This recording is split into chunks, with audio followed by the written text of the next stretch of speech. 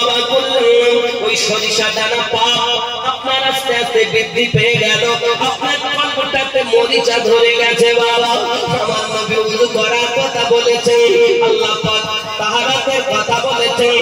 তাহারাত মানে শুধু উপর ধোয়া ধোবির কাজ নয়, উপরও তুমি ধোবে, ভিতরে তুমি ধোবে। এখন কিভাবে ধোবো? আব্বা আমার মানে পিড়ি তো ধরা যাবে না, তাহলে ধোবো কেমনে? ও আমার যুবক খেয়াল করেন, দেখেন, এর জন্য আমি গজলে বলি, সময় থাকতে পিড়ি ধরো, দাখিল হইয়া তরিকায়, সময় থাকতে পিড়ি ধরো, দাখিল হইয়া তরিকায়, পীরের হাতে বায়াত হইলে নবীর উম্মত তারে কয়। সময় থাকতে পীর ধরো, দাখিল হইয়া তরিকায়, বায়াত হইলে পীরের হাতে দেখা হবে রাসূলের সাথে।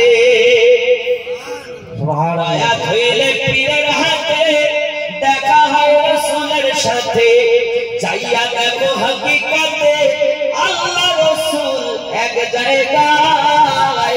সময় থাকতে পীর ধর্ম, দাখিল হইয়া তরিকায়।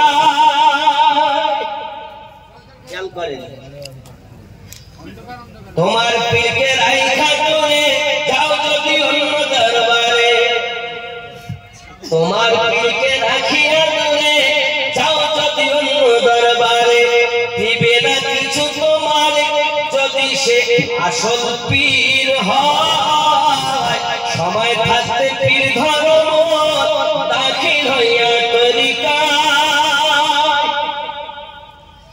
এই দুনিয়ার যত শিক্ষা তার উপরে পীরের দীক্ষা, এই দুনিয়ায় যত শিক্ষা তার উপরে পীরের দীক্ষা। পাশ করিলে ওই পরীক্ষা আমার থাকে দুনিয়ায়। সময় থাকতে পীর ধর্ম, দাখিল হইয়া তরিকায়। কথা বুঝতেছেন? তাহলে যারা এই পৃথিবীর জমিনে পীর ধরেছেন আসলে তারা খাঁটি। মালিক বিন দিনার, ওই দিনার সব মাসালা নিয়েছে, বলবো না ছেড়ে না বলেন।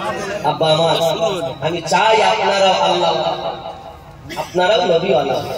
জানি না তার জীবনের শেষ জলসা আব্বা বলে আমার জামাই সোনা মালিকের মালিক বিন দিনার এমন আল্লাহ ছিলেন, সেই থেকে ওনার নাম মালিক বিন দিনার হয়ে গেল। এখন নৌকার সমস্ত মানুষের পরেশান হয়েছে, ওনাকে উপরে তুলে নিয়েছি। মাঝি ভাই যাইয়া বলে, আয় মালিক বিন দিনার, তুমি আমাকে মাফ করে দাও, আমি তোমাকে চিনতে পারিনি, আমি তোমাকে বুঝতে পারিনি, তুমি যে আল্লাহওয়ালা।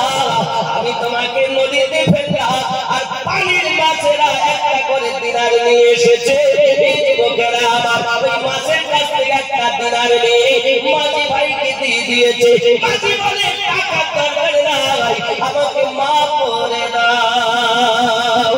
আমার আল্লাহ বলেন, বান্দারে, আমার বান্দিরে, তুই যদি আমার হয়ে যাস, আমি আল্লাহ তোর হইয়া যাব।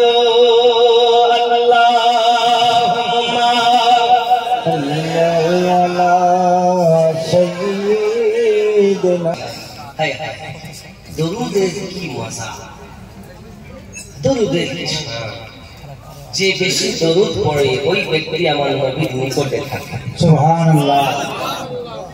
হায় হায়, আপনি আমি যদি পড়ি আমাদের লাভ, আমরা যদি নাও পড়ি তাতে আমার নবীর কিছু কম বেশি হবে না।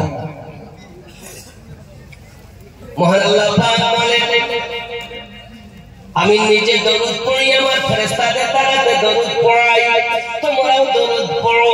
দুটি কাজ যদি মানুষ করে আল্লাহর সঙ্গে সামঞ্জস্য হবে। একটি হলো আমার নবীর মিলাদ পড়া, একটি হলো নবীর উপরে দরুদ পড়া। এই দুটি কাজ আল্লাহর সঙ্গে মানুষ সামঞ্জস্য। যদি বলে হুজুর মিলাদ পড়া কি জায়েজ, আমি বলি বাবা আপনি জায়েজ না জায়েজ পরে শুনবেন, আগে শুনুন কোরআনের মাজিদে মিলাদ আছে কিনা। হ্যাঁ বাবা আছে, 9টি মধ্যে